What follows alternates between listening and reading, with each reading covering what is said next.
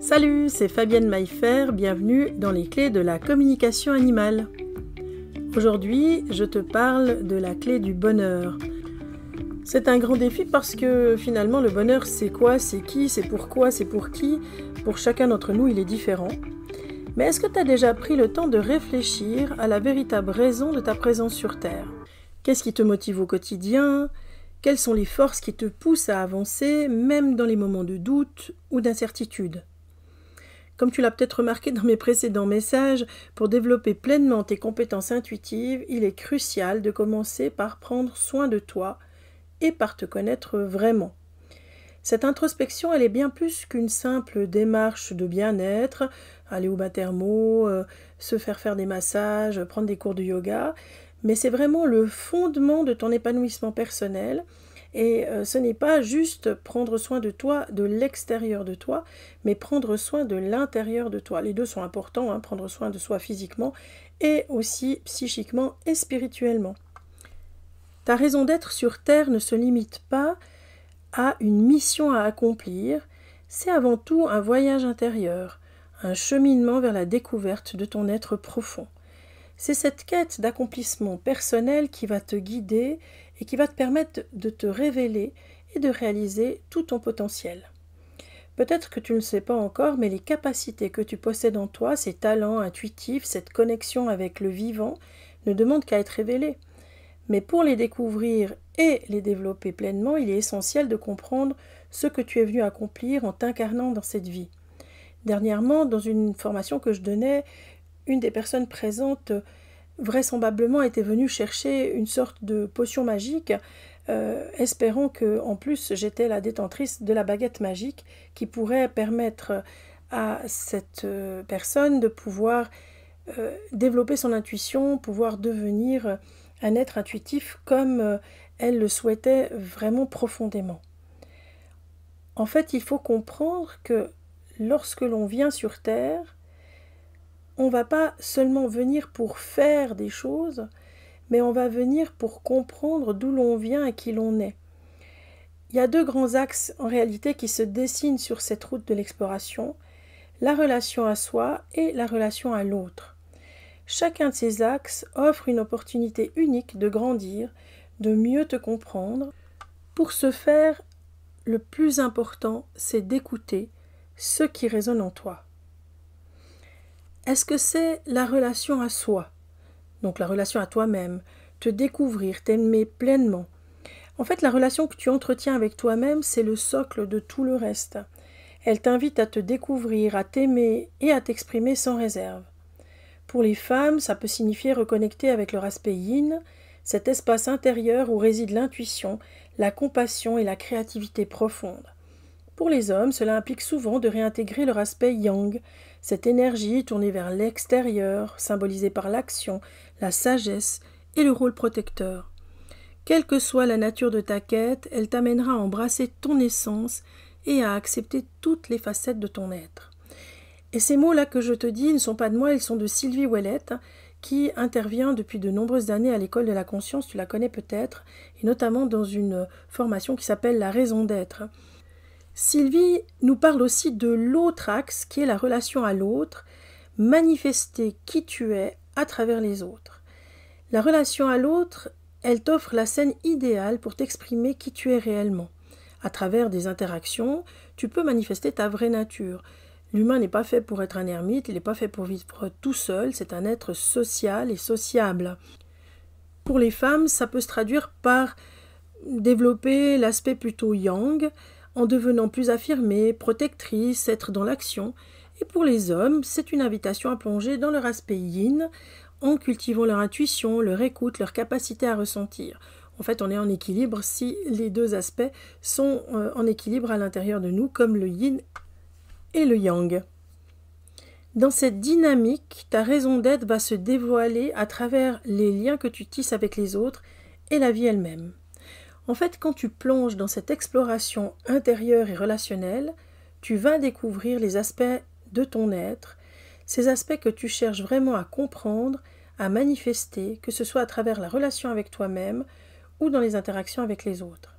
En fait, cette démarche, elle te permet de déchiffrer les schémas récurrents de ta vie. Ça te parle, hein, ça, les schémas récurrents de ta vie. Ça veut dire les choses qui se répètent tout le temps et encore, malgré le fait que tu aies déjà travaillé là-dessus mille et une fois. Ça va permettre aussi de t'apaiser dans tes blessures les plus profondes et de transformer ton expérience de vie. Elle t'aide aussi, cette quête de ta raison d'être, à comprendre pourquoi certaines expériences se répètent justement et certaines souffrances aussi, et comment en fait ces expériences te guident vers une version de toi-même plus épanouie et plus authentique. Alors j'aimerais qu'on s'arrête un moment sur les blessures profondes de l'humain et la quête de sens. De quoi sont faites les blessures profondes de l'humain? C'est une question que je me suis posée, que d'autres se sont posées aussi. Tu connais certainement l'ouvrage de Lise Bourbeau, Les 5 blessures de vie.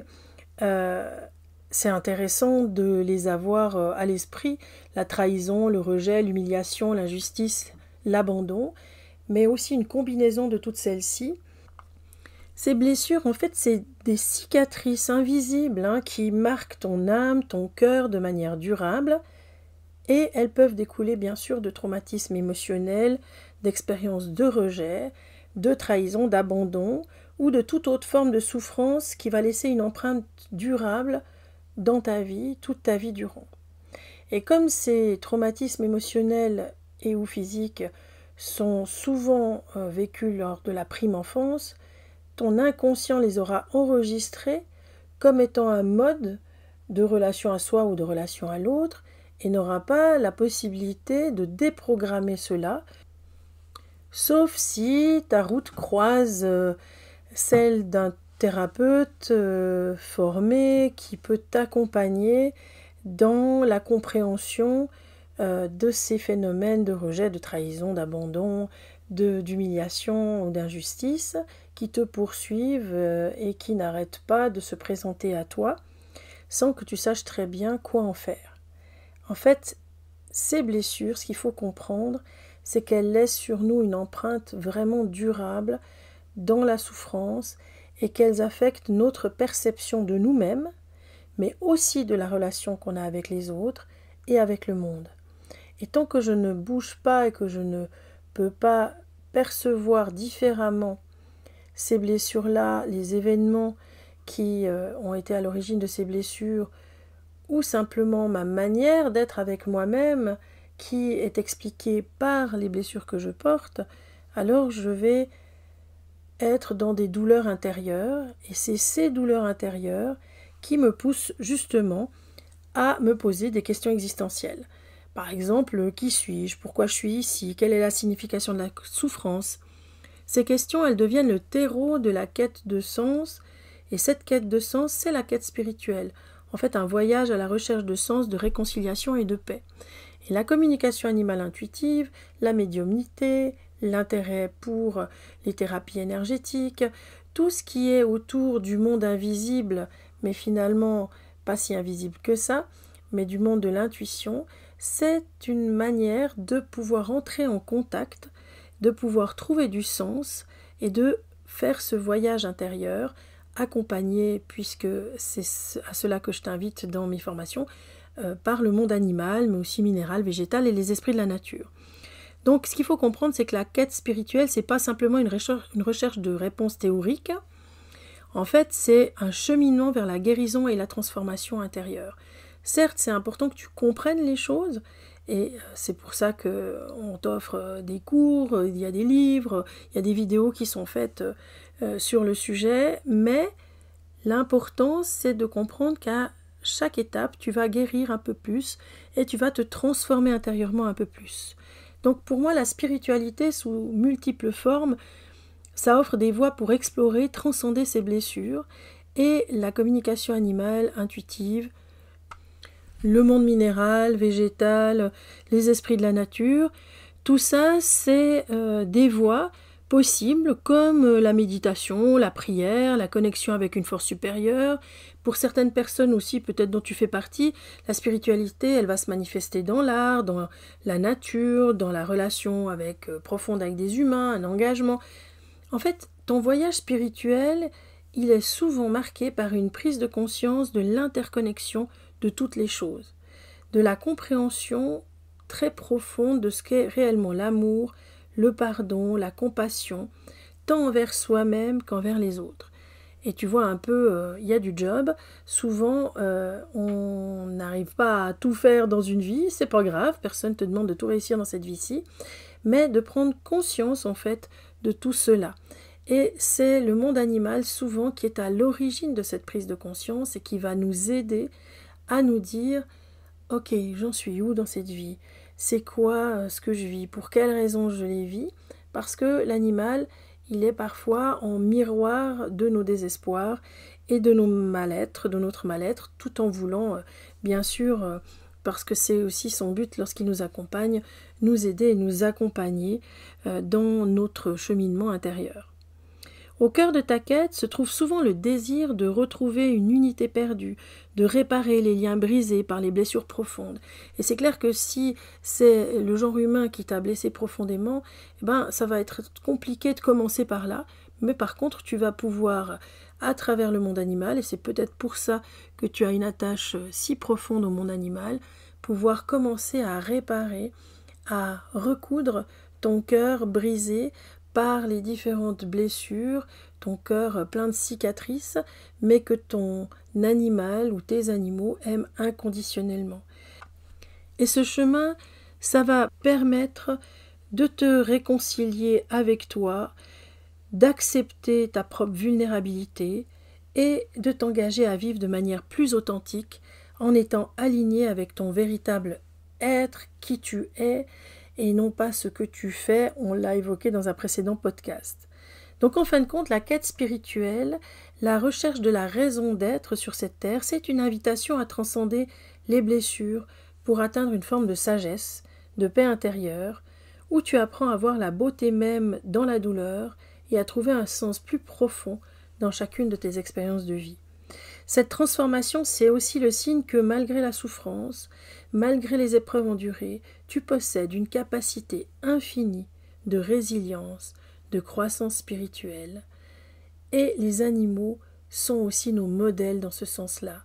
Regarde combien il est extraordinaire que ces animaux qui ont été parfois très négligés, très maltraités par le genre humain, accordent encore une fois leur pardon, accordent leur confiance, sont dans une dynamique d'amour infini.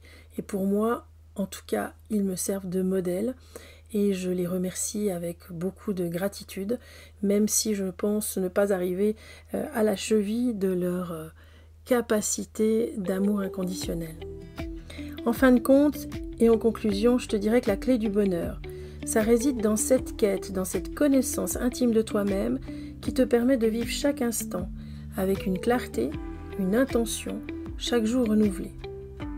Est-ce que tu es prête à entreprendre ce voyage intérieur, à découvrir la véritable raison de ta présence sur Terre ? Les animaux peuvent te permettre d'y accéder facilement si tu apprends non seulement à les écouter, mais aussi à les entendre, car la clé de leur raison d'être, eux, ils l'ont conservée dans leur cœur et dans leur conscience. Alors, salut et à bientôt.